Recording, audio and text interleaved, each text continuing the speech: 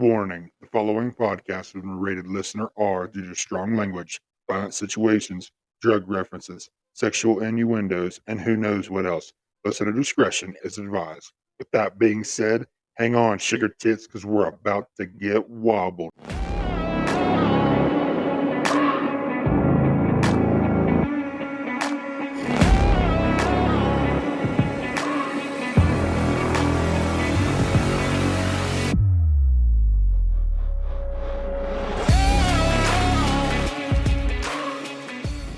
Ladies and gentlemen, this is another episode of the Let's Get Wobbled podcast, and we have another new special guest on. And this has been a long fucking time coming.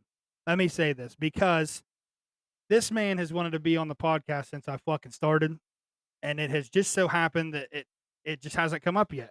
I've been working with different people, and he's going to blame me for fucking having excuses. Regardless, I would like everybody to meet Warthog's finest, Corey, aka Playboy. What's up, buddy? Not much, buddy. Glad to be here. Glad you're finally here. I'm very sorry for the delayed process, but we have finally made this happen, and today's going to be the fucking day. So let's go ahead and get this thing started. Go ahead and tell me a little bit about yourself before the Warthogs, because I don't know much about you outside of the Warthogs. That's where we basically met from. So give me a little bit of background history about yourself. Background. Let's see. Before you met me at the club when I joined, I mean, we worked the same place. Before that, I held a few different jobs. Before I really got into my career, I ran heavy equipment at one place. Before I started at work, I was a furniture, I guess, delivery guy, more or less, what you want to call it. I delivered furniture for rent to own. Oh, yeah, you And did tell me about that. I forgot all and about that. that was about it.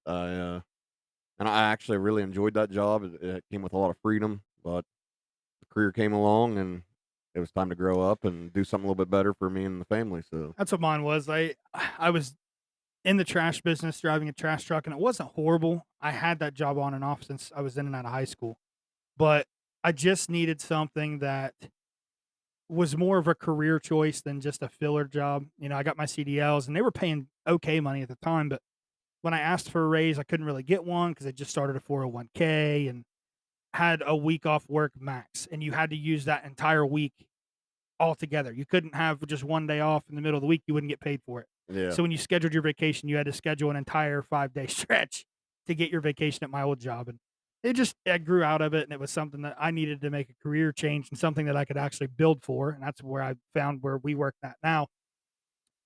And it just kind of fell into place there. But I know another funny story that I want to let everybody in on is I knew your brother before I knew you and didn't know that you guys were brothers.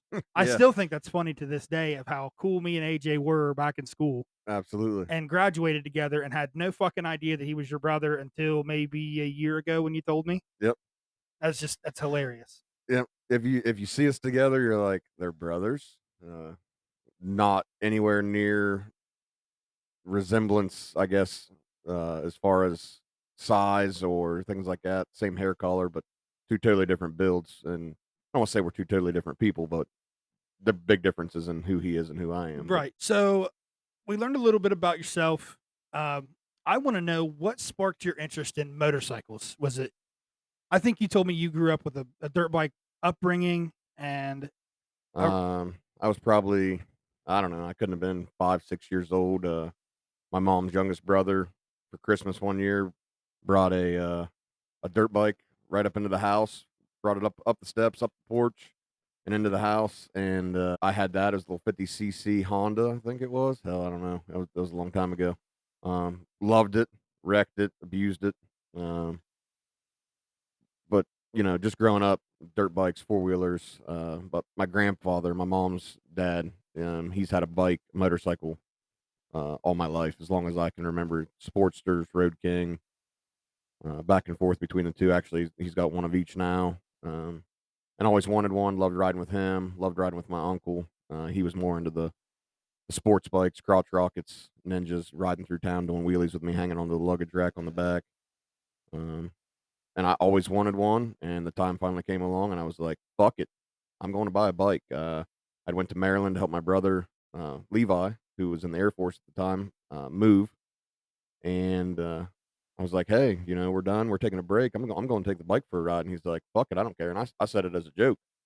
And he was like, "No, you know where the keys are at. You're the one that put them up. Go take it for a ride." So in Maryland, you got to have a helmet. He gave me a helmet, strapped it on, took his street glide for a ride. And when I came home about, I don't know, 6 or 8 months later, I was like, "I'm going to find a bike." And Scout from the club, I started sending him some pictures and shit off Facebook, and was like, "Hey, what do you think?" And I probably sent him 2 or 3 dozen bikes off Marketplace. And he was like, "They're all fucking nice bikes, Corey. Pick one and let's go fucking look at it." So I picked one out. We took the truck and trailer up. It was like it was clear up in Cleveland, almost to Michigan, in the middle of fucking February, freezing ass fucking cold. Like with the wind chill, it was like 0 degrees that day. So we stayed in the garage. I didn't even test ride it. We fired it up, checked it all out. He was like, "I think you're getting a good deal." Went to the bank, cut the dude the check, brought it home, and I've been able to stay off of it since. That seems how it goes. Normally, you get the bike, and here in Ohio, we have decent riding weather during the riding months. But once you get into those colder months, it's a lot harder to ride and find time to ride. Um, there's a guy at work actually, Woods. He gets on his just before the ball drops on New Year's Day. If Yep. it's too cold, he'll just go around the block. Yep, he takes it for a ride every year on Takes New it for a Year's. ride on New Year's before the ball drops, and then right after the ball drops, he takes another ride. Yep. He said he's done it with snow and ice. Yeah, I'm he like, dude, you got more balls than I do. doesn't I'm matter not- what it is. He will take it for a ride every year. But if I had a bike like him too, I probably would ride a lot more. My goal since I bought mine is all year long, every year, even in the cold months, my goal has been at least one ride every month. So I can say I ride it every month of the year. Right. I've been fortunate enough since I bought that bike that I have been able to take it for a ride at least once a month since I bought it every month of the year. We get them weird Ohio fucking days in the middle of winter where it's 60 degrees out. And I'm like, fuck it, it's cold, but It's good enough to go. I'm going. Yep.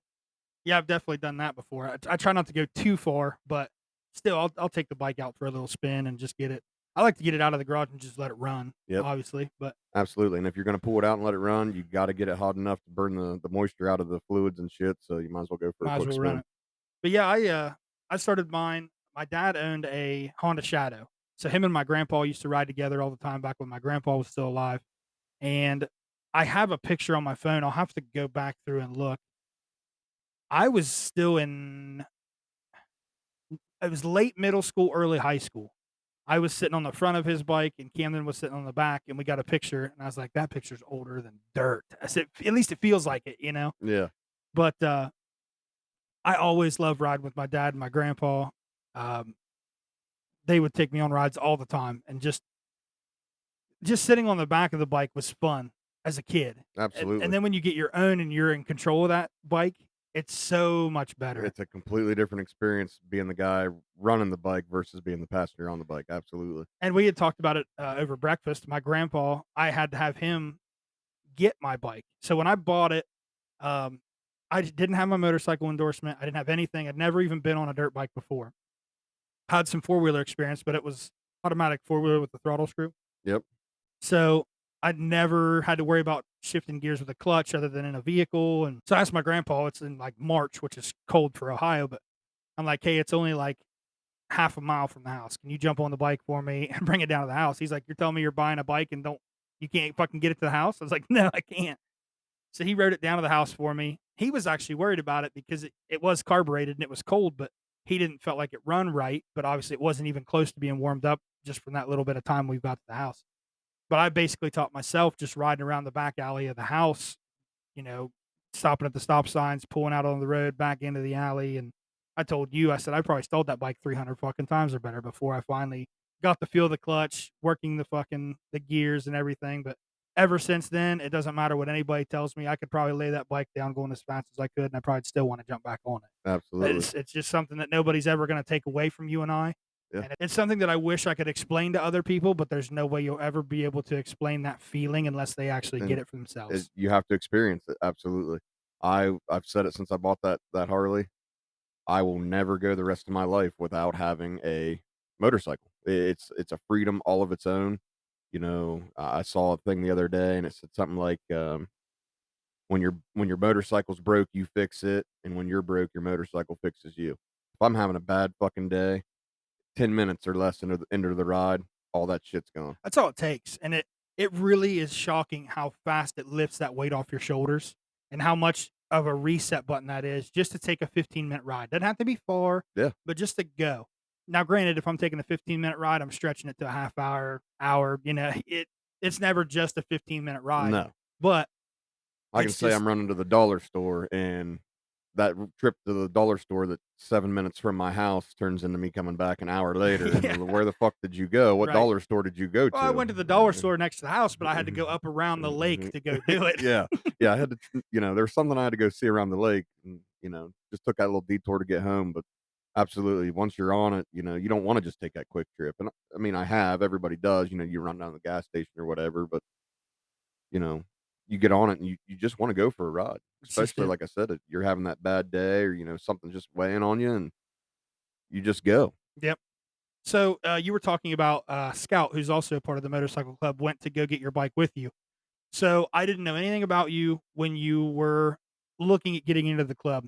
Scout was the one that told the entire club that you were looking at getting on, and you and his son Heimdall were supposed to prospect together. Yeah. Yeah. Funny story because he said that he would prospect if you got a bike and prospect.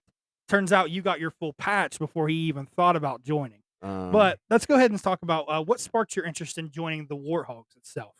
Okay, so kind of backtrack a little bit into Scout. As you said, his son and I, Heimdall, we've been best friends since second grade. We were 6, 8 years old, somewhere in there. We hit it off in school, and I mean, he's been my best friend ever since. My second son is named after him. So knowing Scout, he was always in it. I'd go to his house, hang out. His bikes were there. Obviously, I was still into bikes, so we'd talk about them. But being a kid, stay away from the bikes, don't knock them over, things like that. But I knew he was part of the club, and I'd been to the bike show, hung around them before, been to the after party, seen all these guys, and I'm like, this is a good group of fucking people. Like, you just feel comfortable there, and I'm one of those people, especially since going into the career field that we're in. Things that I used to enjoy, places I used to enjoy going, I don't anymore. I used to be one of the people that I'd go spend the week at the fair. That's not for me anymore. There's too many fucking people, and it just It's irks my crazy nerves. how much our career changes us. Yeah. We went to that concert, me and Kristen did. Sorry to cut you off, but I told her, I was like, I don't feel comfortable at concerts anymore just because I can't control the situation. I can't control the people around me. I don't know what the fuck's going on. There's too many fucking people. Yeah. But we still went and enjoyed it. But it's like you said, and it's crazy how much changes when you take a career like we do. But You're on high alert all the time. and you can't shut it off. It doesn't matter. Now, for me, being on the motorcycle helps shut that off, but it's just me, and it's just me and the guys around me. Yeah. But it's crazy to think about. But anyway, back to what you were saying. But anyway, so Scout was in it. I knew he was in it. At Heimdall's wedding, Halfstick was there, and Halfstick came up to him. Mind you, it's way later after the wedding. The reception's been going on for a little while. That was during the breeze ride, I believe. He missed It was the the bike bike show. show. He missed the bike show show. 21. He's like, listen, I know the bike show's mandatory, but I got Yeah. a wedding scheduled. It's my son's. I'm gonna miss it. We all gave him shit about it. Yep. But I remember he said that he was going to the wedding and wound up missing the bike show. Yep. So that was 21, June of 21. So Halfstick's there. Again, we're later into the reception. We've all been drinking. We're all outside smoking a cigar. I am fucking lit. Heimdall was annihilated, to say the least. And we're out there, and Halfstick's like, dude, when are you going to prospect? You've had a bike for a while now. When's the time? And he's like, look, I'll make you a deal. When this fat fucker right here gets a bike and prospects, I'll prospect. That's June of 21. February 22, I get my bike and I start prospecting. And Heimdall didn't prospect until what? December of 23. Yeah. So more than a year later. Yeah, he just got patched in just recently. Yeah. So we give him some shit, and he got rode hard by a lot of people for that, especially Halfsticks. He was like, Playboy over here's full patch member. Where the fuck have you been? But I'm gonna cut him some slack, especially if he listens to this later, because he is my dude. he had a lot going on. He just got married, was trying to start a family. So, I mean, he did things the way that anyone would in that time He got his period. priorities straight Yeah, for sure first, and I absolutely. remember Scout said that. He's like, "My son wants to join." He said, "It's just gonna have to be when the time's right." Yeah. And I know he said he was going through, uh, I think the first time when you guys first started prospecting, she was pregnant. I think maybe. But was it she was pregnant first or Um, when I prospected, she wasn't pregnant. They'd been married, but were working on getting pregnant. that's what it was? So So he said during that my was kind of a huge prospect period, thing. Yeah, he new marriage, trying to start a family, trying to have a yeah. baby, and And then things just you once know you were fully in, I remember he'd had the baby, and he said it was just the time he was trying to figure out how to split the time up between his family and the club, knowing that he would have to put the time in with the club. yeah. And But again, he's got a career also, so yeah, you have to balance that. It's a work life club balance, and for the club, the club doesn't take precedence over those things, and that's one of the things that I enjoy about this club is yeah, you're expected to put your time in, and we all say it. What you put in is what you get out, but you have to find that balance. And when you have a family, rather it's a girlfriend, wife, kids, whatever the balance is, you know, work and family come ahead of the club. But once you're part of the club, so's your family. I mean, right. you guys have all welcomed my kids, girlfriend, they come and it's just like they're part of us. So it's really neat that it's just an extension of your family, really. Yeah. Yeah, So you that build a new family around the patch members that you've made and their old ladies and their kids and getting to know everybody and it yeah. becomes a giant family I like that. had somebody for the breeze ride, and I put it on that group picture of us on my Snapchat. Somebody messaged me and was like, how do I get to be this cool? Do you have to commit murder? And I'm like, no, it's nothing like that. I'm like, we're not an outlaw club. We're not shitbags. We're all law enforcement of some kind, public service. I'm like, it's the best second family I've ever been part of. Yeah, It, for it sure. really is. And it's something that you don't even realize until you're a part of it how tight and close knit it is. I love your story about your patch in that you were telling me about where the guy you said what was his name? I can't even remember. Offered you to come to his place and hang out and Oh, Scratch from Kentucky. that's right. You were telling me Uh, about that at breakfast. him and his wife were there for my patch in. I'd never met these people before in my entire life. They're there. They just came to support the chapter for the bike show. It was the night before the bike show, 22, and I got to meet him. Got to talking to him and his wife, and I sat at the bar at a table, and we talked for like 3 hours that night. Everybody else is partying, and I'm half their age. And his wife had even made the comment, most people your age wouldn't have just sat down and had this conversation with us. I can tell you're a good person. And I'm like, I believe I was raised right. I came from a good family, and it's easy to talk to you guys. We bullshitted for several hours, and they've given me an open invitation several times over the last couple years to, hey, you want to come down to Kentucky? Our house is open. Our kids are grown. They're moved out. We have several open bedrooms. Bring your girlfriend, wife, whatever. Bring your kids. Come stay at the house. We got food. We got a pool. They got a karaoke bar set up in their basement. I mean, I haven't done it yet. It's hard to plan something like that out, Right. But but to go from not fucking knowing this guy at at all. all Yeah. and not even knowing his name to that complete flip side of them offering you a spot at their place if you ever need it, and anytime you want to come and hang out, you're more than welcome. That's like with 2 times. I met him at Rendezvous with just a handshake. It was simple. "Hey, what's going on? I'm Cambridge's prospect," whatever. He flew in for my patch in, and as I got patched in, I'm shaking everybody's hand, whatever. We're sitting and bullshitting afterwards, and he's like, "Anytime. Fly down to Florida, bring your girlfriend, let me know ahead your time you're coming." He said, "We won't charge you room. We have plenty of food, beautiful place, anytime you want." And I'm Yeah. And like, they'll "I don't come even pick you up at the fucking know airport. you." I was like, "I don't know who the fuck you are." But for you to open and like just open that up for me to come down to Florida anytime I want and you'll come and just take care of me just because I got a patch with the Yeah. club. And I just thought that was awesome. And it just shows how tight knit our family is. The people in this club, that's just the way they are. It's all of them. Again, Scout I've known since I was like I said, 6, maybe 7, 8 years old tops. But I grew up and I was part of their family. I went on vacations with them. I went out to the lake with them. I spent weeks during the summer at their house. 2 times is the same way, that open invitation, and he does that for anyone. Anyone Yeah. in the club, is welcoming. Dirty from Florida, same thing. Hey man, anytime you want to come down, you need a place to crash, come over to my place. I got you.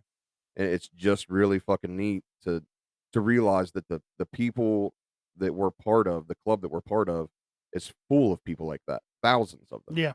that are just open arms. Hey man, anything you need, we'll do what we can to help you out. That's what this club's about, really. Right. So to build on that, and obviously to get to that point to where you earn everybody's respect, everybody knows you got a prospect. Absolutely. And a lot of people don't know really what a prospecting period is because it's so much in the shadows and people don't really tell you what to expect as a prospect. But with us, I want you to take me through your prospecting period through the motorcycle club. Okay. So I bought the bike February 22. Scout went with me to pick it up, bring it home. I actually stored it in Heimdall's garage because at the time I didn't have a place to store it. Needed to get my garage cleaned out a little bit, which I quickly did. I wanted it home. But I left it sit there till springtime because I didn't want to ride it in the snow and the salt, bringing it home. But that was like second week of February of 2022. I think you guys had a meeting the following weekend after I brought the bike home, or 2 weekends later. I was so confused because I remember meeting you at Scout's house. He had a canopy set up in the backyard, and it was some kind of barbecue for something. I don't know if it was for his retirement, maybe. But it was warm enough. We were outside. We had food, and Yeah. that's where I had met you. Was at his place, but I thought it was warmer than that. I didn't think it was February, but It wasn't February. I think a bunch of you guys were there. I wasn't a prospect at that time. okay. I was just there to hang out. Yeah, some kind of party because he had a bunch of the guys from the department stuff over. Yeah, it was a big they Yeah. had food and a keg, and I remember that's where I met you, but I couldn't remember. It wasn't after a bike show. It wasn't the after party of anything, but I can't remember why I was at Scout's house that day that I met you.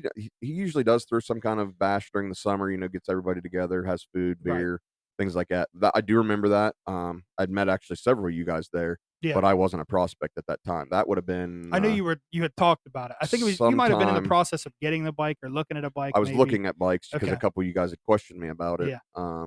Might have even been in the fall at that time. I can't remember. That was later in 21.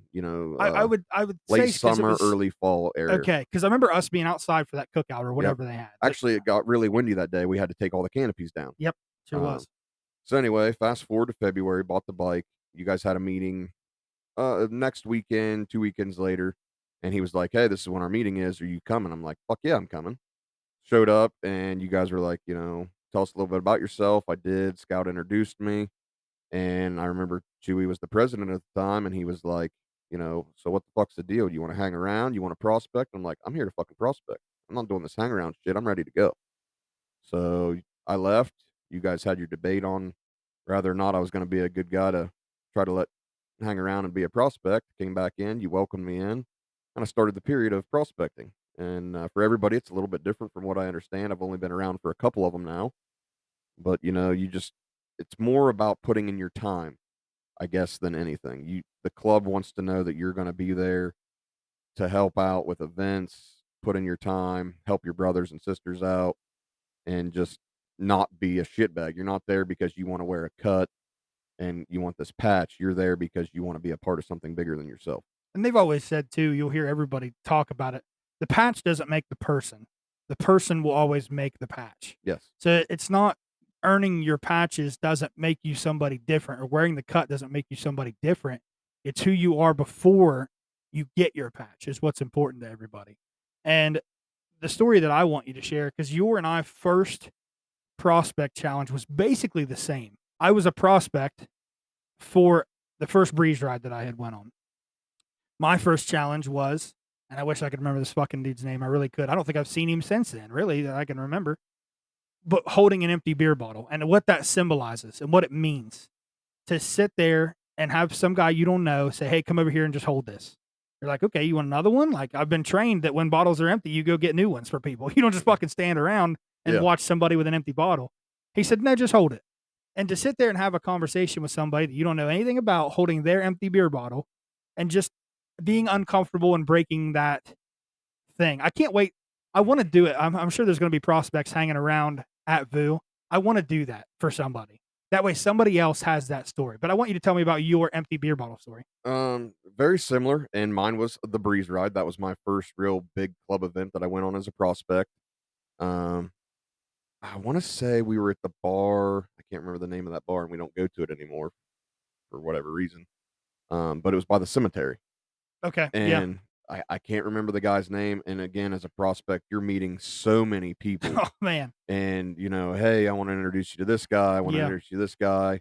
You got to meet the founding fathers, and I didn't get to do that until VU. But same thing had happened. Guy walked up and he's like, "Hey, will you hold this for me?" Yeah, sure. And I'm thinking, guy's got to tie his boot. You know what? He's something he needs his hand for. Yeah. And I'm holding this beer bottle and I'm waiting on him to tie his boots and we're having a conversation. We're just standing there bullshitting.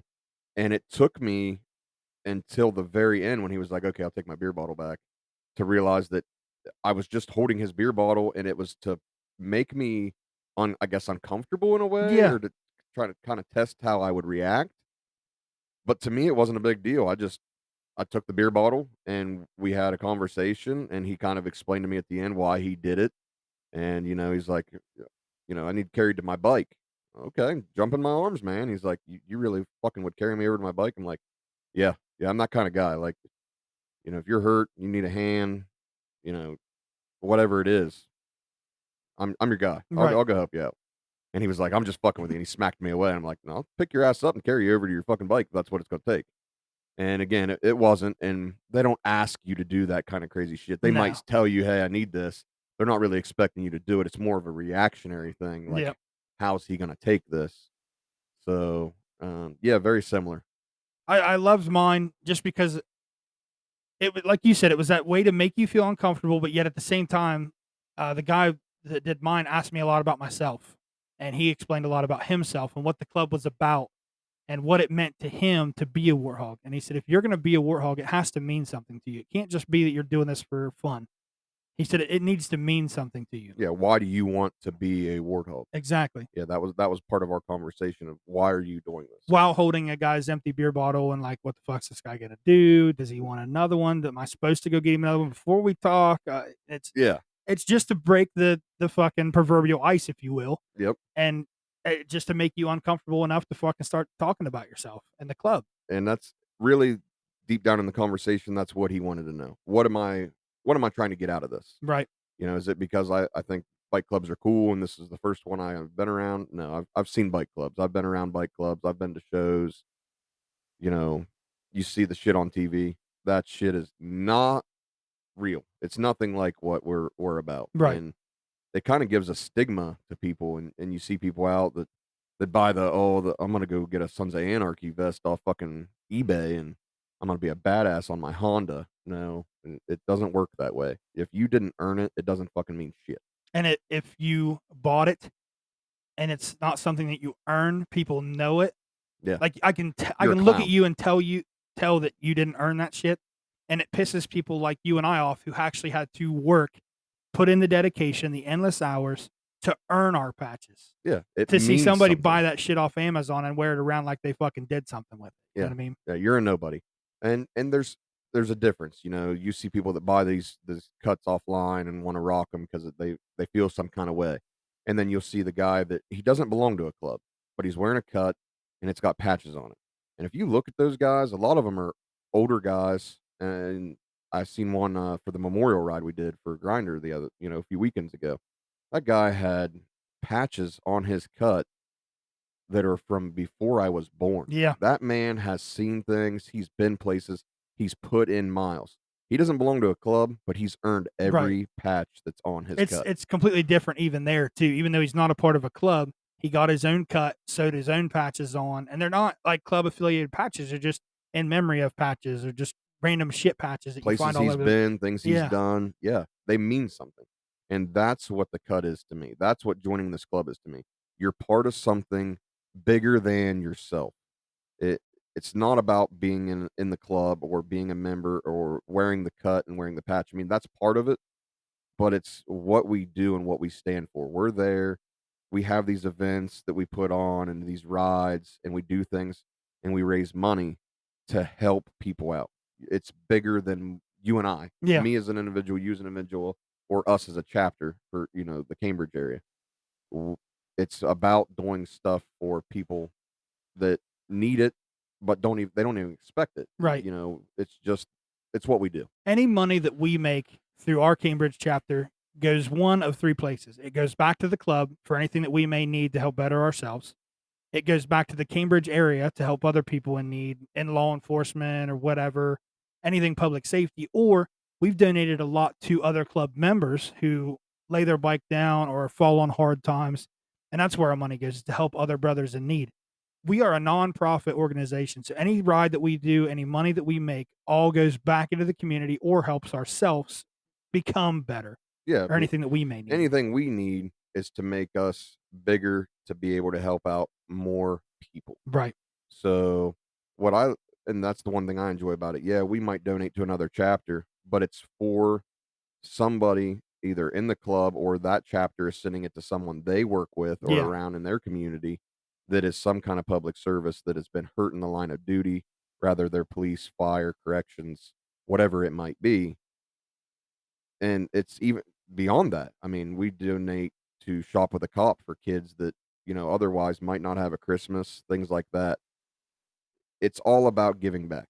And that's what really made me want to join this club, is what it really stands for and the people that they go out of their way to help. And as the treasurer for the chapter, I've sent checks to people I've never even met, but I know what it's going for. Right. I know that it's going to help someone that needs the help. It's not a handout. They're not going in, go out to dinner on that money or Right. go buy a part for their bike. They need it. Something's happened in their life or someone's life that they're close with or work with that needs that little help while they're down and out. Right. We keep taking the train off the tracks. It's all good topics. It's super hard to keep this train going on the tracks that we're on just because there's so much shit that we want to cover about the club that we're so passionate about. But we've talked about some of your the first prospect challenge that you had. Everybody goes through that period no matter how long it takes. Mine was a little bit longer because I had a Yamaha at the time. I wasn't really able to fully prospect. So mine took a little longer until I got a Harley and was actually able to become a full prospect. But once you've completed your prospecting period and the club feels that you have put in the time and effort to give you your full patch, it comes down to a vote. Everybody sits at the table. We bring your name up. Hey, we think that so-and-so is doing a good enough job. We think that he's put his time in. What are you guys thinking about giving his full patch? So I want to talk about your full patching story because it's probably one of the funniest things I've ever fucking been a part of. But it was awesome to be a part of. It was so cool because I just got patched in before you did.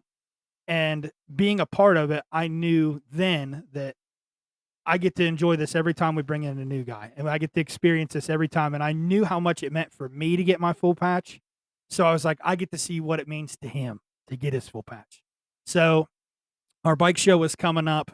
And we were looking into patching you in for the bike show. We had talked about it. Which is really weird that you guys can do that in secret because it's not like I'm not at the meetings. I Right. wasn't there. I was putting my time in. I didn't miss shit. Right. So you guys all did this without me knowing. Right. So we sit at the table. I believe Scout brought your name up for it. It was either Scout or Grinder. It might have been Grinder. I can't really, it's hard to tell now. But I know somebody brought it up. And it was hilarious the way that it worked out because when we voted on it and we all decided we were going to patch you in for the bike show, your cut just so happened to be at the clubhouse. Yeah. It was left with your bike there at the clubhouse, which Grinder was the treasurer before, and he said it was fine to leave it there, which it is. You can leave it at the clubhouse. I'll let you tell the story from your point. Yeah. But to lead up to how it got left there, Grinder had brought me in like he'd known me my whole life when I started prospecting, and knew that I had it's not even a garage. It's a like a Yoder building. It's a shed that I store my bike in. He knew I didn't really have the space to clean it, and I liked cleaning my bike. And you know this, everyone in the club knows my bike's very seldomly dirty. So he's like, dude, bring it over to the house. You and I'll ride into the show together. No big deal. So I spent hours that Wednesday, Thursday, cleaning my bike, polishing it, buffing the paint. Like I was ready to go to the show, and it was going to be one of the cleanest bikes there. I had my cut with me, and I'm like, hey, I'm coming back here in the morning to ride to Saturday morning to ride to the bike show. Can I just leave this shit here? I know I'm not allowed to just leave it wherever. And he's like, yeah, no big deal. You know it's safe here. It's locked up. I left my cut sitting, folded up, sitting on my seat, ready to go. Had you put it in your saddlebag and locked the saddlebag, we would not have been able to do it. Yeah. We would have had you sew it on later. So you were talking about it. Grinder said I got the perfect way. He said, I'll have his wife, Marge, she'll sew the centerpiece on the flash patches we had already had. We were ready to go. Everything was set. He said, I'll get it done. Don't worry about it. So we found out that you had left your cut there, which is perfectly fine. Like I said, it's not breaking any club rules. It was locked in the garage. Nobody had access to. It's fine. You were coming back the next day for the bike show. So Arch takes the cut, sews the centerpiece on, gets the patches and everything, shows us it looks great, whatever. Put it in a trash bag. So that way it wasn't suspicious that it was just some shit that needed to go with the rest of all the other shit to the bike show. It was the day before we were all sitting at the bar, and you had texted Grinder, hey, have you seen my cut? Yeah, I got a phone call. Hey, we're meeting for the, I don't want to call it a pre-party. That's what it was, the pre-party. Kind of like a pre-party. We go out to eat, and then we go hang out at the bar, drink a little bit. The next morning we go to the show. Scout had messaged me, hey, we're meeting for dinner at this time. And I'm like, okay, cool. I got a hold of Grinder and was like, hey, dude, need the code to get in the garage. I was told I need to wear my cut into dinner. And he's like, okay, cool. Gives me the code. Drive my car over, and they're like, you bring your bike? And I'm like, fuck no, I spent 3 days cleaning that thing. I'll bring the car. You guys can see the bike tomorrow. So I go to the house, and I'm like, okay, I left my fucking cut folded up on my seat. Where the fuck's my cut?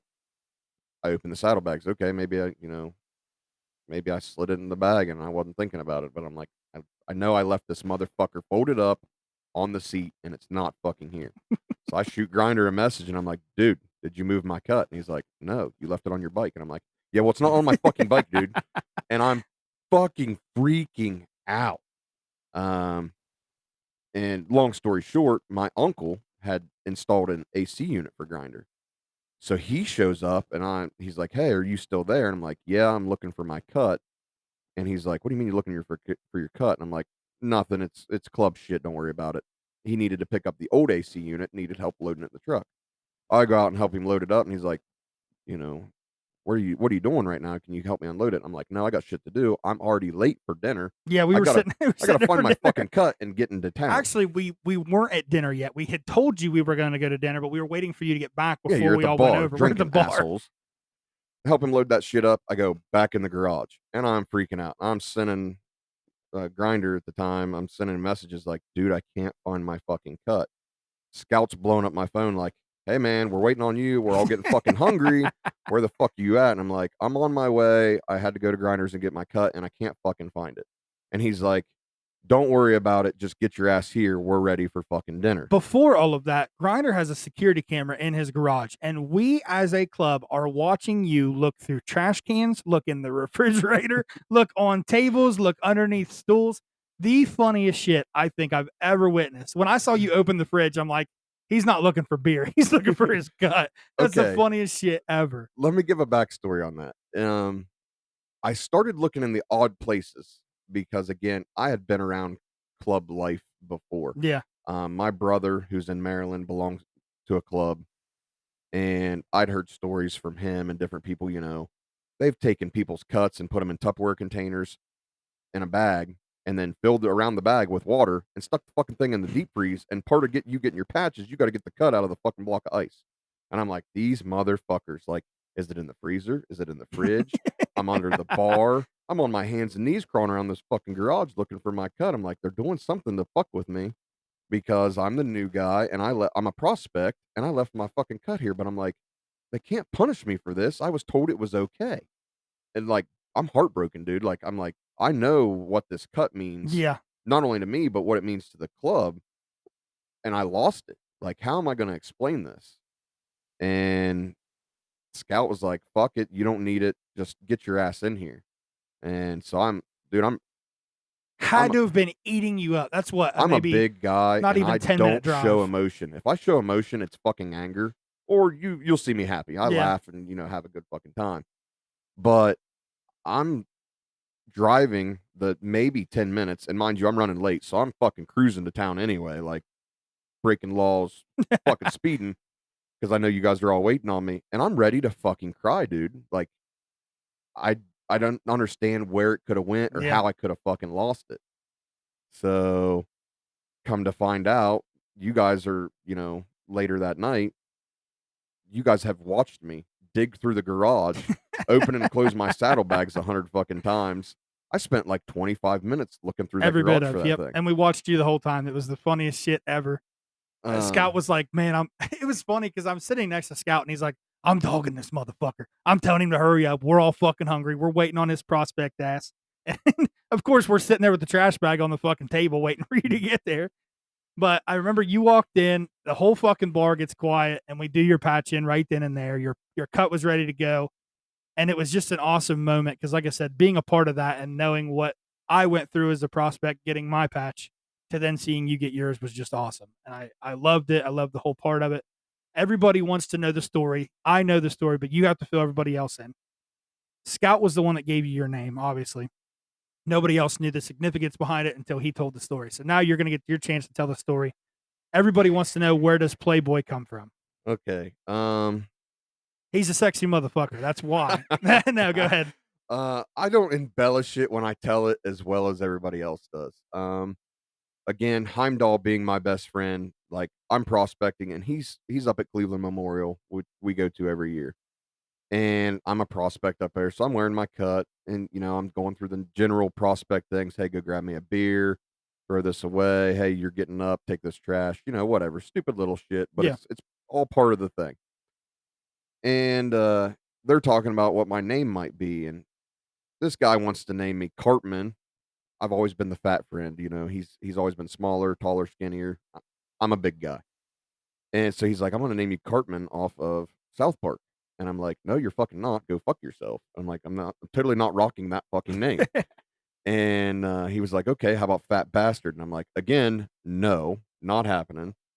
And come down to it, they had several names. I'm always in a cutoff, as you know. You make bets on whether or not I'm showing up with sleeves or not. And 9 out of 10 times I'm in a cutoff. I'm sitting here in one right now. Fucking middle of winter. I might have a hoodie on. Underneath is usually a shirt with no sleeves. So cutoff was an option. Back into my Boy Scout days, which is how Scout got his name from Boy Scouts. Part of our punishment if we fucked up was push-ups. And I did my fair share of push-ups. I fucked shit up.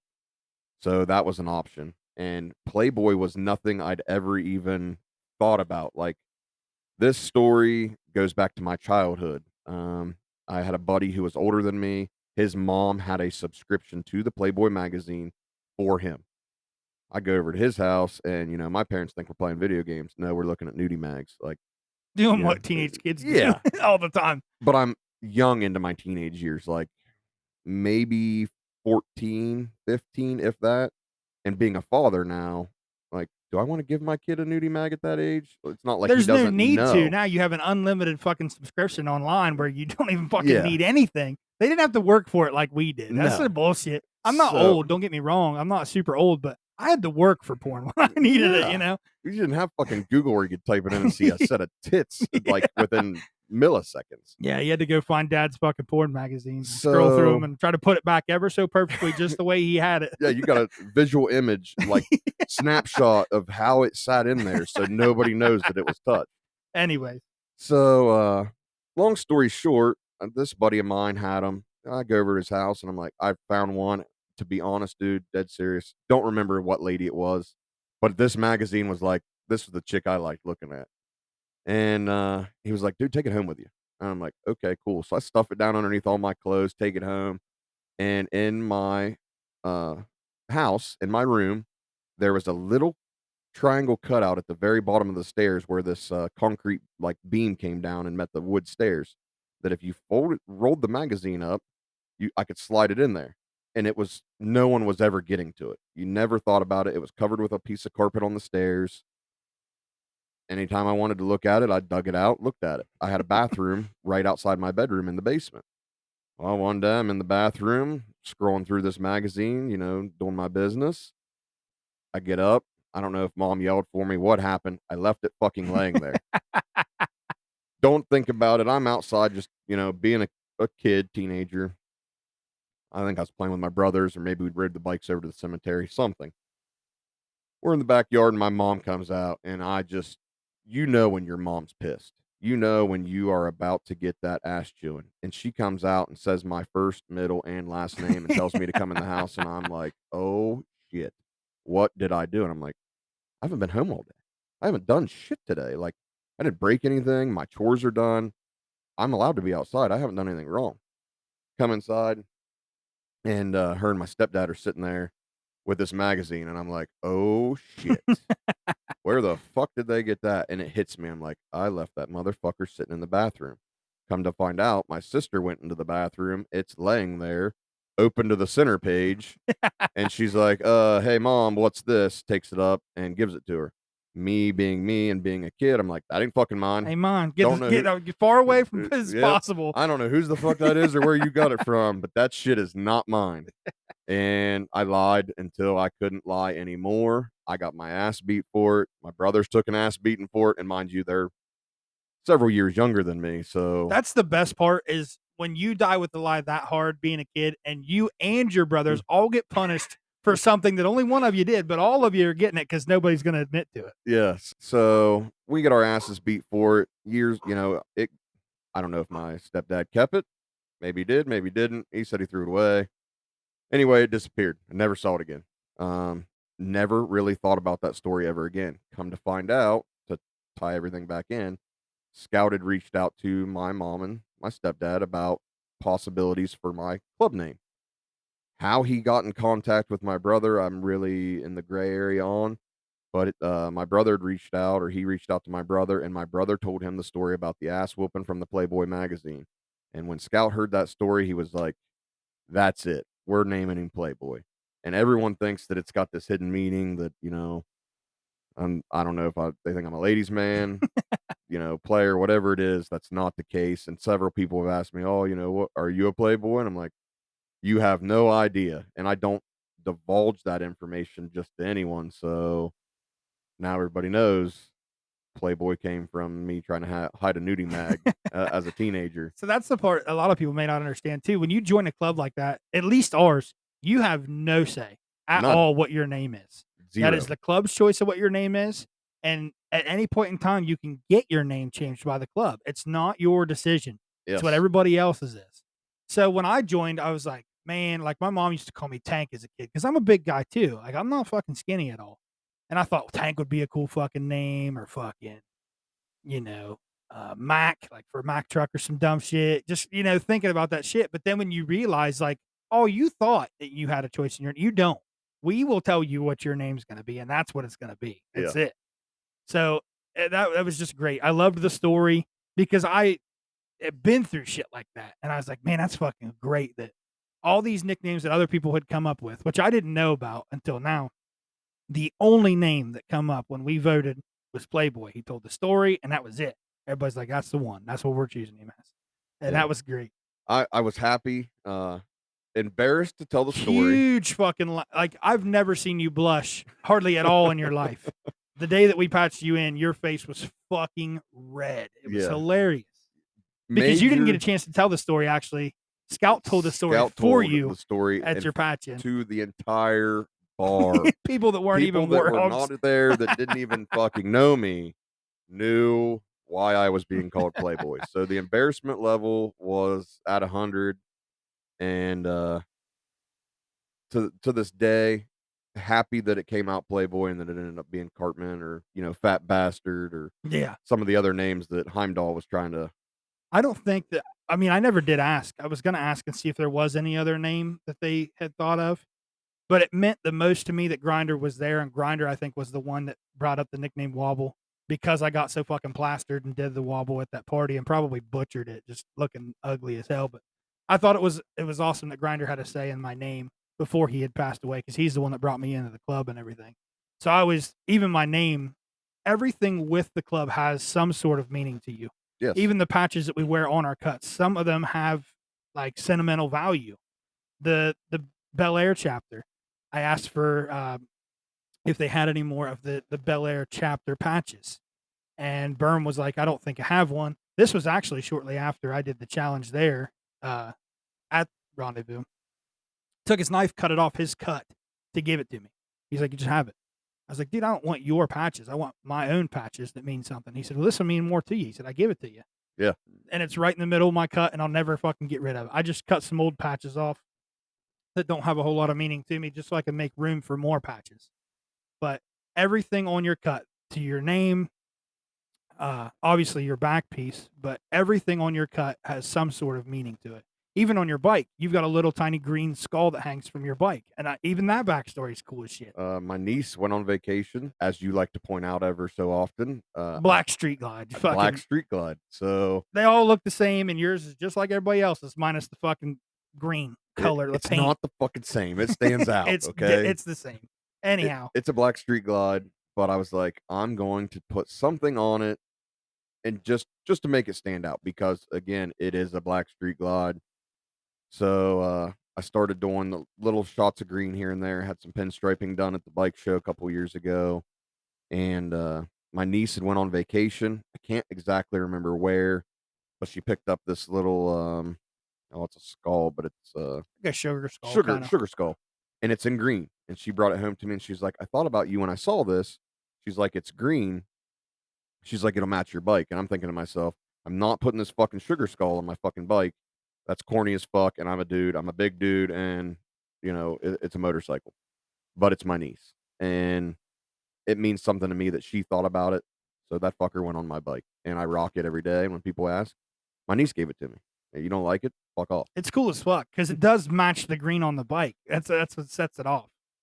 So we went through your patch in, and I want to move into the Cleveland Memorial that we did. It's probably been a month ago now, if not May. more. Okay, right about a month this week. So I had never been to the Cleveland Memorial. You had been going before you were a Warthog, because it's not a Warthog event. Yes. But it's just an event that everybody goes to, at least some of our guys go to. It's not really even a big Warthog showing, but you were stressing to me about how great this fucking trip is and how cool it is to fucking go.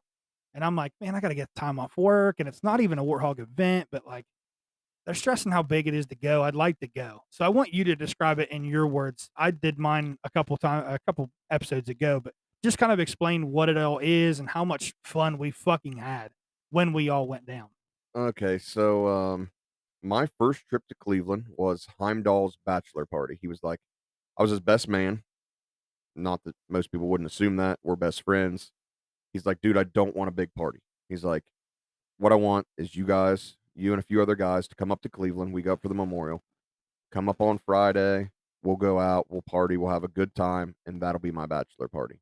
So I go up. At that point, I have no bike. I'm not even thinking about the club. I'm just going up to hang out with my dude. So we go up, and I'm only there for one night. And we get fucking hammered. But I got to do all the things that they do, that the club does, the club guys that go. I went to all the same places, got to hang out, got to meet some club guys. I got to meet Lurch, Cadillac. That was when I first met Half Stick. And so, it's not a club event, but there's a lot of club guys that go. There's even guys that come down. This year was a really low showing. They come from Michigan and different places, and it's a great time. So I met them. The next year comes around. I have my bike. I'm a prospect. And Scout's like, hey, you going to Cleveland with us? And I'm like, fuck yeah. Don't even have to ask me twice. He's like, you sure? And I'm like, yeah, I had a fucking blast. I'm like, and if I had a blast on one night, what am I going to do if we go for the whole weekend? So I went for my first whole weekend, and it's just a good time. You're around great people. You're around like-minded people, and it means something because it's police week.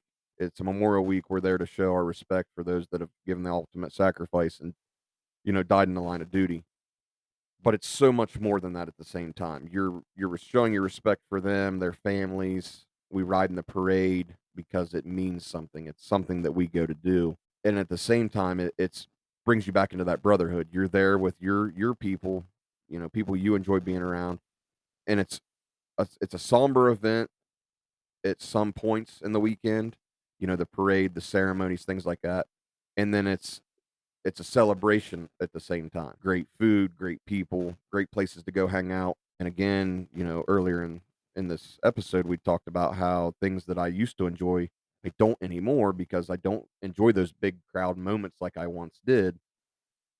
That's somewhere you go and there's a shitload of people, but it's people you're comfortable They're all around. like-minded, Yes. security background, public safety people. Yeah. So you go, you're comfortable, and you can let loose and just have a good time. So it's one of those things that kind of gets the spring, summer air started for us. I will go until no one else does. I mean, it's a great time. I enjoy it. My youngest boy asks all the time when I go, "Hey, Dad, how old do I got to be to go?" And I'm like, "When you can start driving, you can start going because then I don't have to worry about getting an Uber. You can drive me Yes. around." Yes, your son would have been extremely important Yeah. that weekend we went. But yeah, you told me about it and how great it was, and I was like, man, I'd like to go because I know Halfstick he's a super cool fucking dude. I love Halfstick. He would be another father to me. Absolutely. Really. I mean, I would love to sit down and pick that dude's brain for hours. He's got stories among stories. But you told me about wanting to go, and I was like, you know what? I need to try to go just to see what it's all about because my biggest thing was with Halfstick and everybody else, you said the Canadians are going to be there. Yeah. We Those have fucking guys. we have Canadian warthogs. Yes. So I was like, okay, I'll Several. get a chance to meet some of those guys because I don't think I've ever hardly met any of them. So I am fully expecting riding up to Cleveland to see guys in warthog cuts when we get there. So we ride up to Cleveland. We stop at the Three Musketeers just outside of Cleveland. We ate the pizza there was amazing. We're going to talk about the food probably the whole fucking time we're talking about this because the food was amazing along with the rest of the weekend. But so we stop there, we eat, we meet up with Halfstick. He takes us down to the hotel where we're all staying. We park the bikes, get off, and you guys are just outside talking with a bunch of random fucking people. I'm like, okay, whatever. I don't fucking know these cats, but I'll go over and introduce myself, whatever. And they're Canadian guys, but they're not warhogs. They're just random mass Canadian dudes. Yeah. I'm like, what's up, dude? And it's funny now that we wrap all this around. Eric just messaged me What's up, eh? a couple days ago, and he's like, hey, I love the podcast, by the way. We stay in touch. Me and Eric do. We Snapchat back and forth all the time. He sends me pictures of his fucking cat all the fucking time. Yeah, did you see his donkeys that he was petting the other day? I was like, I didn't know you were such an ass man. You're definitely an ass man. He's pinned in between two donkeys. He's just fucking petting them. And he's like, can I get out over here by the fence or by the gate? Or are you guys just going to hold me hostage here? And he just kept petting them. I'm like, you're fucking stupid, dude. But yeah, I didn't realize they weren't Canadian warhogs. So I felt awkward at the moment. But leading into that weekend, these fucking dudes know how to partay. That's what they are there for. They show up ready to fuck shit up. It is a party from the time they show up to the time they get on the plane to head home. They don't stop. And some of them don't stop. I mean, very small amounts of sleep.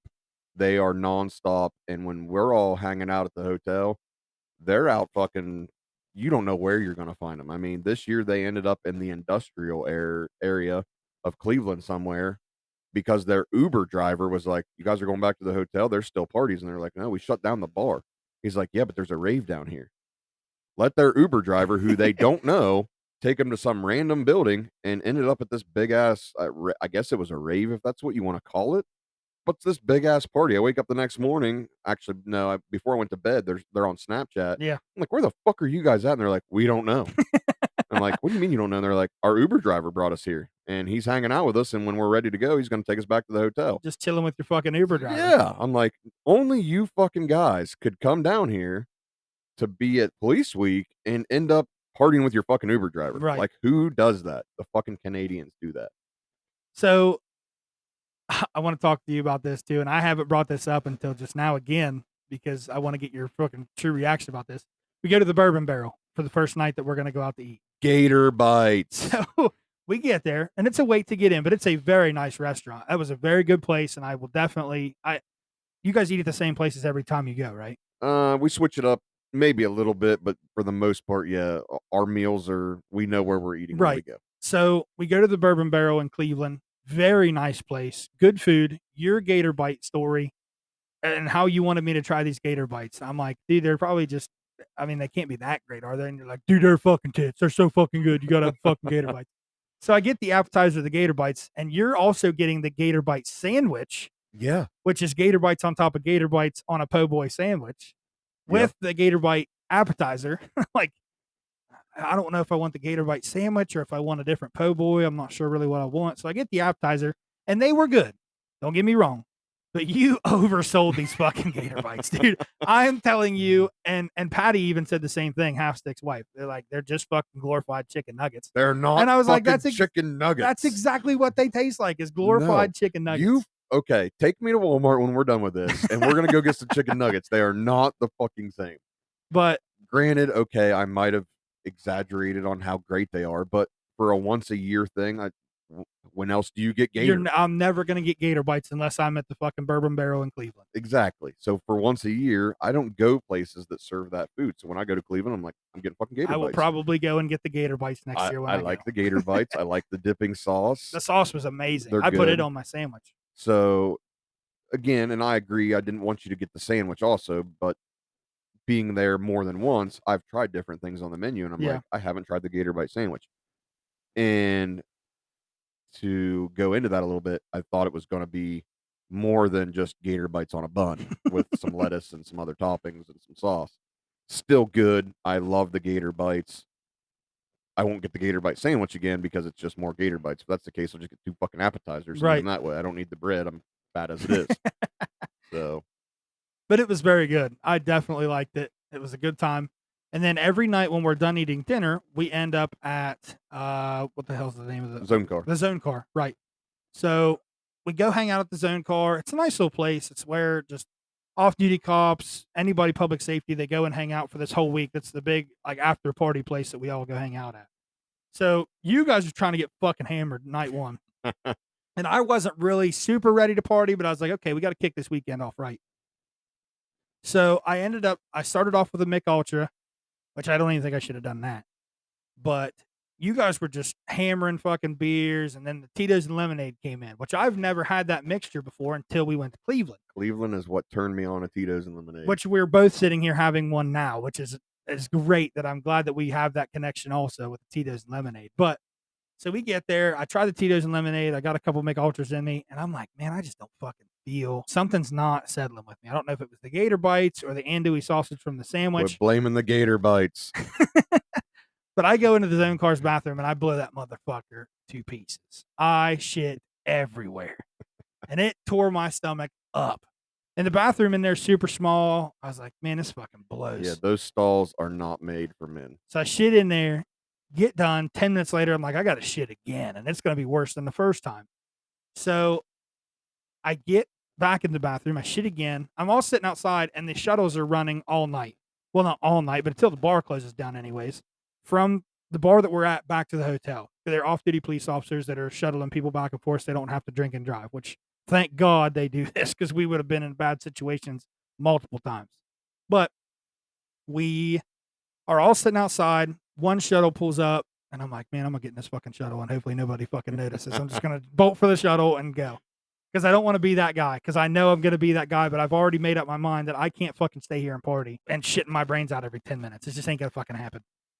So that shuttle's full. I wait for the next one. 2 people get it. And I'm like, this is my time.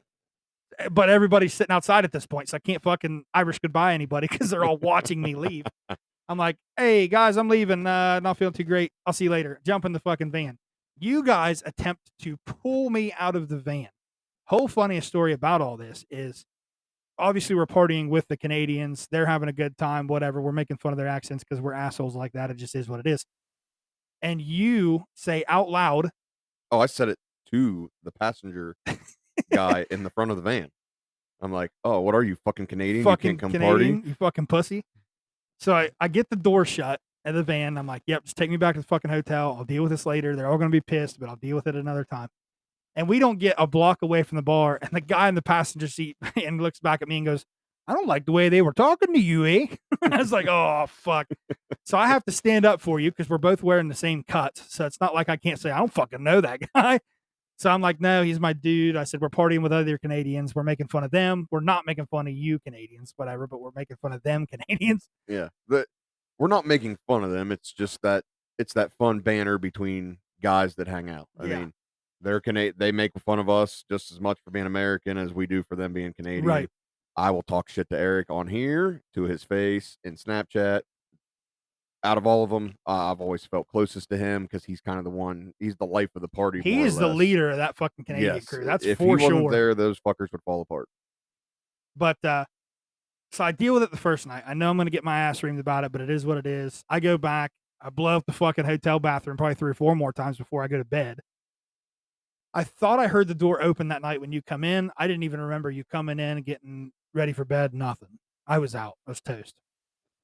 The next day we get up. I'm like, hey, sorry. I know it is what it is. Blah, blah, blah. I'm not feeling the greatest. Feeling better now. We'll see how it goes. So that was the day of the parade. So we get up and we're watching the radar because it's going to rain on us. We know it's going to rain on us, but we're not 100% sure how bad it's going to be. We're just hoping we catch a window to stay dry. Radar lied. Radar lied for sure. We're like, oh, yeah, there's going to be a clearing just long enough for us to make the ceremony and everything. We're fucking set. So we all get the bikes lined up. It fucking downpours the moment we get ready to start the bikes and move them. And the night before, when I was feeling bad, Halfstick's like, hey, you got to watch the actual ceremony for the police memorial, which you guys have already seen a bunch of times. Yes. And I was like, especially with me not feeling good, I'm like, I don't know about all this. And he's like, you got to do it. It's a Cleveland tradition. You got to fucking do it. I'm like, fuck.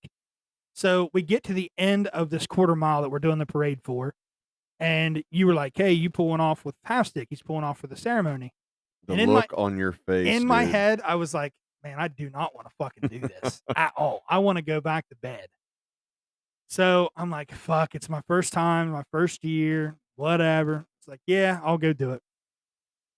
So we parked the bikes and it rained on us the whole fucking time. It was a very good ceremony, don't get me wrong, but it just took forever. It was more than I wanted to do. And I was like, this just ain't my cup of tea, but I'm glad I did it. Come back to the hotel. I'm thinking, okay, we get the rest. Let me change out my fucking clothes. Let me chill for a little bit. No, get your fucking clothes changed. We're going out to dinner. We're fucking hanging out. Back at it. Yep, time to go. So we end up we went to Cadillacs, right? Well, after the ceremony, we went and had pizza. Yes. Yep, we did. And we hit the pizza spot. That was the best pizza I think I've ever had. Until I dumped mine in the garage. That was hilarious. Because we both said we were going to get drunk that night. You swore you were going to get me drunk and make me wobble. I got you drunk. And you did get me fucking way annihilated. I wasn't as bad as I was at Rendezvous, but that's a different story. But you dropped your pizza in the parking garage. I told you knew where to go to pick it up later. And I'm surprised you weren't. If you would have kept hammering down with us, I would have almost bet you'd have went back there to check and see that pizza was still fucking there. eating that pizza. I had enough that stayed in the box that I was good to go.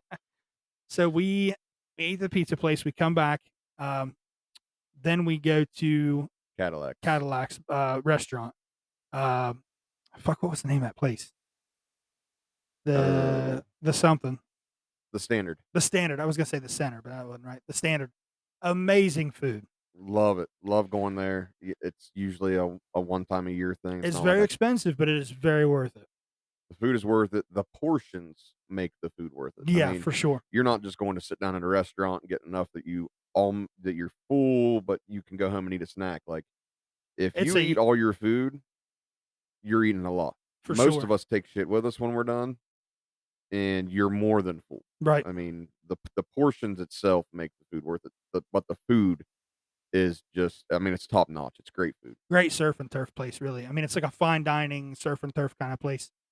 So we get done. Long story short, it took forever, but it wasn't really the wait staff's fault because we had a shit ton of people with us. There was probably 20 people with us. I think 21 people. And they had to split the bills up, and I'm sure it was confusing for them, but it shouldn't have taken 45 minutes to split up the bills. Yeah. But that's not their fault. I'm not blaming them.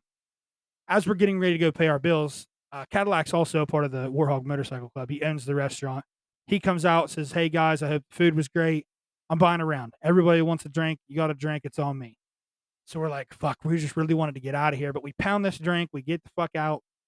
We go change back into our cuts, get different clothes on, right back to the zone car. We're right back on top of it. And at this time, I had told you that there was a girl that I had went to college with that lived up that way. And I was going to go meet her at the zone car, meet her boyfriend, just catch up. Because we hadn't seen each other since we graduated in 18. It's now 24. I told her, I was like, I'd love to just catch up, just see where you went from after college, because I know all of us went our separate ways and never really kept in touch. Yeah, everybody's doing their own thing. Everyone's got their own lives that they're starting to lead at that Right. point. So I remember having a cigar, and I told Heimdall, I said, hey, I got my Tito's and lemonade. I'm going to get one out here, because he asked, he was going to buy the first round. Yeah, he was getting around. And I said, don't worry about it. I'll get my shit out here. No big deal. I came around the corner. You're in line. I passed him on his way inside. Yeah. And you were like, hey, you know he's going to buy a round, right? And I said, I know. I told him I'm getting my own, because you got Tito's and lemonade out here. I'm not going to the bar to fucking wait. And I'll buy my first round. It's no big deal, because I was going to buy them something to drink too. He comes out with a Tito's and lemonade and walking it to me. And I'm like, motherfucker, I told you I got the first one. So I'm double fisting Tito's and lemonades with a cigar in my mouth. And I'm sitting talking to Lindsay and her boyfriend, great people. We picked right back up where we left off at from college. It was great. We had a lot of fun. She's got a little speech impediment, and it's funny to make fun of her about it. And she makes fun of me for some of my shit and whatever. So we're just sitting bullshitting. I'm finally down to my last Tito's and lemonade. I finish it. So there's two.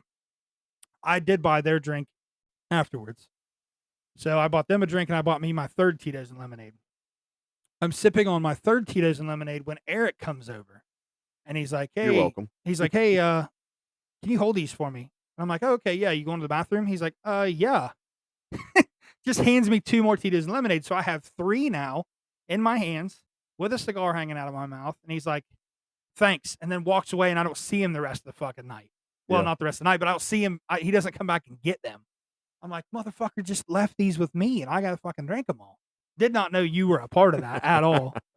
Yeah, I was watching you from across the parking lot, because to give a little backstory, behind the zone car, for those that don't know, it's a gated parking lot, and it's all tents, tables, fire pit, food, another little bar set up, DJ. So you're across the parking lot from where we're hanging out. And I'd sent him over, and because I'm talking, I'm like, hey, we're getting Wobble fucked up tonight. Like, he ditched us last night because he wasn't feeling good. He's paying for it tonight. That motherfucker's leaving his bike here because we'd rode our bikes down. Yeah, we did. I don't know why I thought it would be a good idea to ride my bike down to the bar, because I planned on getting drunk that night, but I did not plan on riding. I don't get drunk and ride, but I wanted to ride the bike back. I think everybody rode their bike down there that had one. Half Stick didn't. Yeah, Half Stick was the only one that didn't ride his bike that night. Everybody else had taken their bikes down. So, yeah, Eric was like, where's Wobble? And I'm like, he's over there. And I'm like, I'm trying to get him fucked up, but he's talking to his friend from college and her boyfriend. He's like, what's he drinking? I'm like, we're drinking Tito's and lemonade. What else is there to drink? And he's like, oh, okay, I got you. He took off, got him. He's like, where's he at? And I pointed you out, and I watched him deliver. I don't know if they were double Tito's and lemonade, but those motherfuckers fucked me up. Yep, watched him deliver them, and I'm just, I remember seeing that. You looked up and waved. I'm waving at you across the parking lot. And that's when I was like, this motherfucker, you guys fucking left me with the Tito's and lemonade. So that was my sixth or fifth or sixth, whatever. I had a few, and then I grabbed two to go, because they were like, hey, we're going over to Tina's, which I am not a karaoke bar kind of guy. I'll go and have fun. It's a weird setting. Very weird place. But it's just right across the way. Like, we could walk to the bar. Yeah, it's the end. The other zone end of the car block. was kind of going downhill. Like, a lot of people were there. You guys were like, let's go to Tina's. I'm like, well, fuck. I suppose, like, I'm already hanging out and having a good time. So I took two Tito's and lemonades with me there. I don't know why I thought it would be a smart idea to walk into a bar with alcohol in my hand that was serving alcohol, but they never said anything. So we get in there, the karaoke bars are going. I'm half fucking lit there. Probably the majority of the way lit. We get Washington apples and Mick Ultras and put it all on top of all that shit. I was annihilated. I was toast. Meanwhile, I'm thinking Heimdall's trash too. I know he was. Yeah. You were I thought you were gone too. But you had been nursing the same fucking beer all night. I was doing it good. I was like, I'm not getting fucked up. I had a few drinks with my dinner. You know, I had a few drinks with you guys at the bar, but I'm like, I'm going to play this right. I'm going to throw in some water. I'm taking my bike back to the hotel tonight. Like, my whole goal was to just get you fucked up. So I knew if I kept a drink in my hand, no one would pay any attention to it, because I had watched you guys all night long. So everyone pretty much but me was fucked up at that point. And, you know, Eric had brought me out I don't even know what it was, a double vodka and cranberry.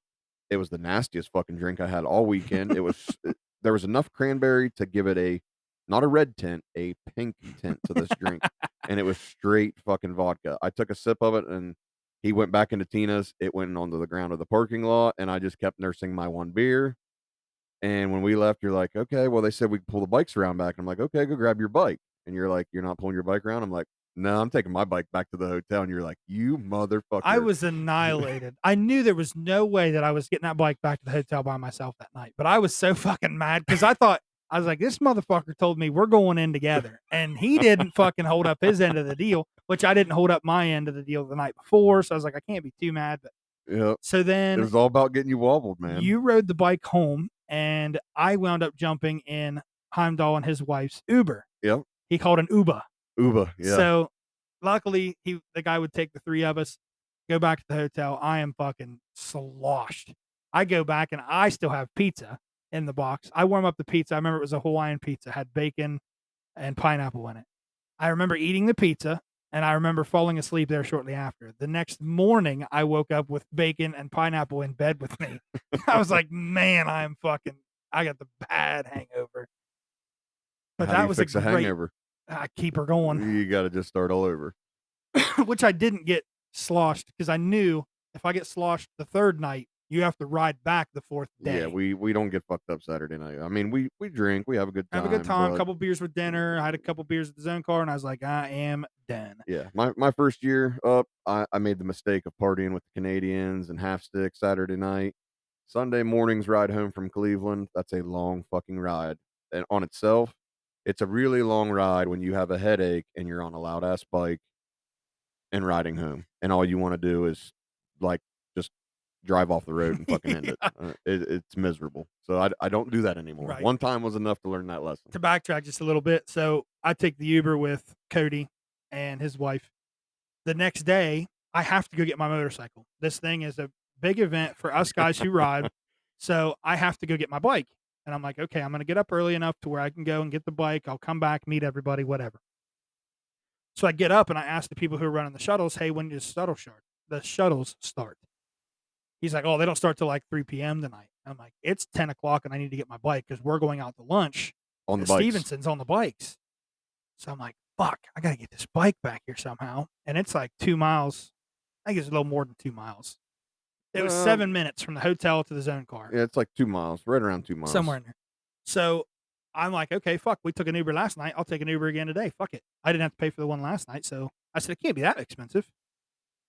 So I download the Uber app. I'm fucking around with it. I get everything set. And the only thing available at 9, 10 o'clock in the morning is Uber Black. If you don't know anything about Uber, Uber Black is a blacked out SUV, black rims, black interior, fucking, you're riding in style wherever the fuck you're going. Like, people are showing up in Uber Blacks to fancy dinners and shit. I have a motorcycle cut on with jeans, boots, and I just need dropped off to my bike. I could have got on the back of some guy's fucking pedal bicycle and helped him get there. Yeah. Probably been a hell of a lot cheaper. So I look, and the only thing available is Uber Black for 7 minutes away was $30. Yeah, it was fucking outrageous. I'd have took you on the back of the bike for And $30. I would never thought about it. I was like, I don't want to wake anybody up or bother anybody. I was like, I'll just fucking pay the fee, whatever. It's part of the experience. So part of the Cleveland experience is me paying $30 for fucking Uber to go 7 minutes away. So this guy pulls up, heavy set Italian guy, meat hanging out of the fucking front of his shirt, hairy chest, gold chain, gold rings. And I'm like, I'm going to get fucked up by the Italian mafia here in a minute. I just paid $30 to have this dude beat my fucking ass. So he drops me off. He's like, where's your bike? I was like, oh, it's in the back. They got it locked up back there. No big deal. He's like, oh, okay, whatever. And I told him I was new to Uber, so I didn't know anything about it. He's like, well, leave me a good rate when you do. And he left. And I was like, you know what? I paid $30 for his fucking ride. I'm not leaving this guy any kind of review. It's my first fucking ride. How would I know if he was good or not? He didn't kill me. Yeah, at least he for got 2 me minutes. For 2 minutes, you know? So I get on the bike. I come back, tell everybody about the fucking Uber story, which everybody's like, I can't fucking believe you paid that much. Yeah, we would have drove you. You could ride. I was like, it's part of the Cleveland experience, I guess. Could have took one of them fucking electric scooters that probably far. could have, for sure. But it was a great time, and the whole part of it was fun. Like you said, it's just an experience that you have to go and see and do to be a part of it and to know what it's all about, and you're having fun with it. But it's just amazing. I really had a good time doing it. I'm glad you drugged me. Next year's the 40th anniversary of it all, and they're going to have special challenge coins, special shirts. I'm definitely going next year. So I have the dates saved because they sent a picture out already of when the dates Yeah. were. So I took a screenshot of it and I'm going to get the time off work and we're going to go again next year. Yep, it goes right in my calendar with Vu. It's when we do the vacation canvas. I set out those dates specifically because it's not something I want to miss. Right. And Heimdall started going with his dad. Now he goes. I brought you along, and now I'm looking forward to hopefully getting, still years to come, but hopefully my boys, at least one of them, will Yeah. want to tag along I and know go see what it's about. Kristen said something about coming up the same way that Cody's wife does. Yeah, Come Rachel. up just Rachel comes up for the dinner, Yep. comes on parties one night, and then drives back home the next day. As Kristen said, she's like, I get it. It's a boys' weekend. I get it. Which we don't do anything outrageous. No, We just get drunk like any other time. just But act like a bunch of dudes. that's just it. But it's like I told her, I said, it's fun. It's a great time. There aren't a lot of women there. But when you come down for that dinner at the Standard and the party that night, you get to experience the whole fucking thing. You get to see that somber part where people were still kind of grieving losses of their loved ones, but yet you still get to see the part where, yeah, we're grieving, but it's also a celebration of life for these guys and Yeah. ladies too. And it's just a great fucking time. I'll definitely be going again.